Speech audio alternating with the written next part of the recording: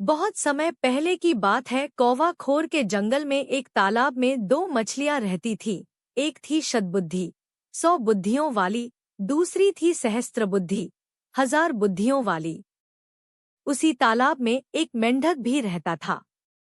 उसका नाम था एक बुद्धि। उसके पास एक ही बुद्धि थी, इसलिए उसे बुद्धि पर अभिमान नहीं था। शतबुद्धि और सहस्त्र बुद्धि को अपनी चतुराई पर बड़ा अभिमान था। एक दिन संध्या समय तीनों तालाब के किनारे बातचीत कर रहे थे।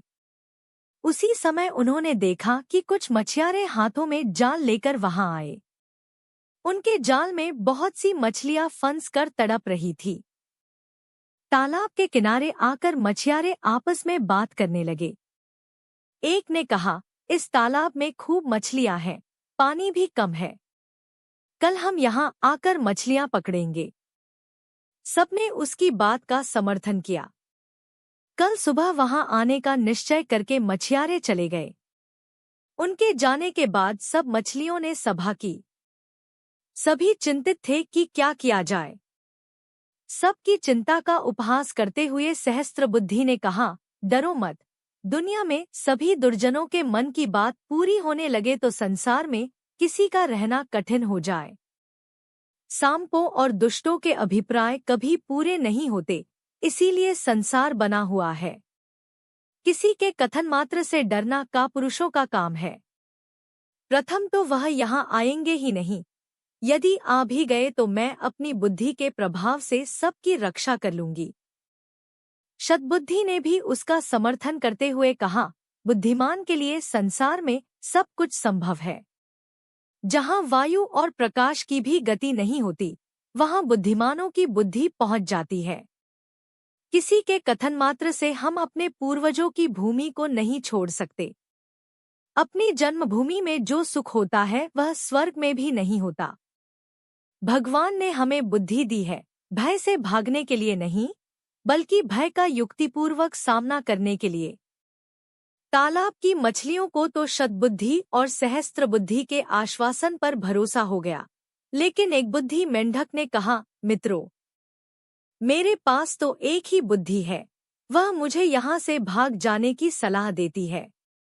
इसलिए मैं तो सुबह होने से पहले ही इस जलाशय को छोड़कर अपनी पत्नी के साथ दूसरे जलाशय में चला जाऊंगा।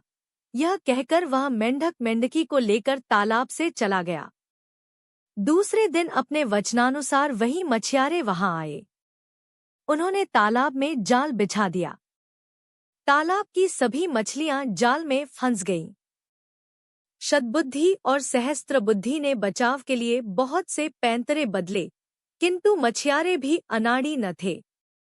उन्होंने चुन चुन कर सब मछलियों को जाल में बांध लिया।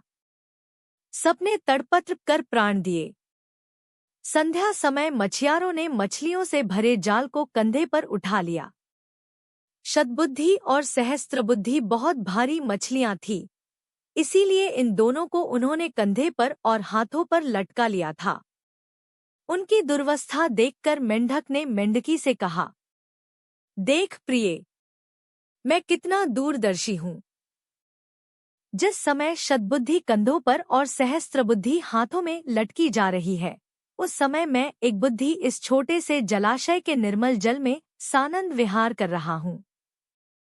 इसलिए मैं कहता हूँ कि विद्या से बुद्धि का स्थान ऊंचा है, और बुद्धि में भी सहस्त्र बुद्धि की अपेक्षा एक बुद्धि होना अधिक व्यावहारिक है। सीख, विद्या से बुद्धि का स्थान ऊंचा है, और बुद्धि में भी सहस्त्र बुद्धि की अपेक्षा एक बुद्धि होना अधिक व्यावहारिक है। कथा सुनाकर चक्रधर ने कहा, बुद्धि मात्र से सारे काम पूरे नहीं हो जाते। सुवर्ण सिद्धि ने कहा, कहते तो तुम ठीक ही हो, फिर भी समय पड़ने पर मित्र का कहना मान लेना चाहिए। तुम उस समय विद्या के अभिमान और लोभ के कारण नहीं माने और संकट में फंस गए। मित्र का कहना न मानने पर वही हाल होता है जो सियार का कहना न मानने पर गधे का हुआ था। ऐसे ही सुंदर और प्यारी कहानी देखने के लिए हमारे चैनल को सब्सक्राइब करें और वीडियो को लाइक करें। धन्यवाद।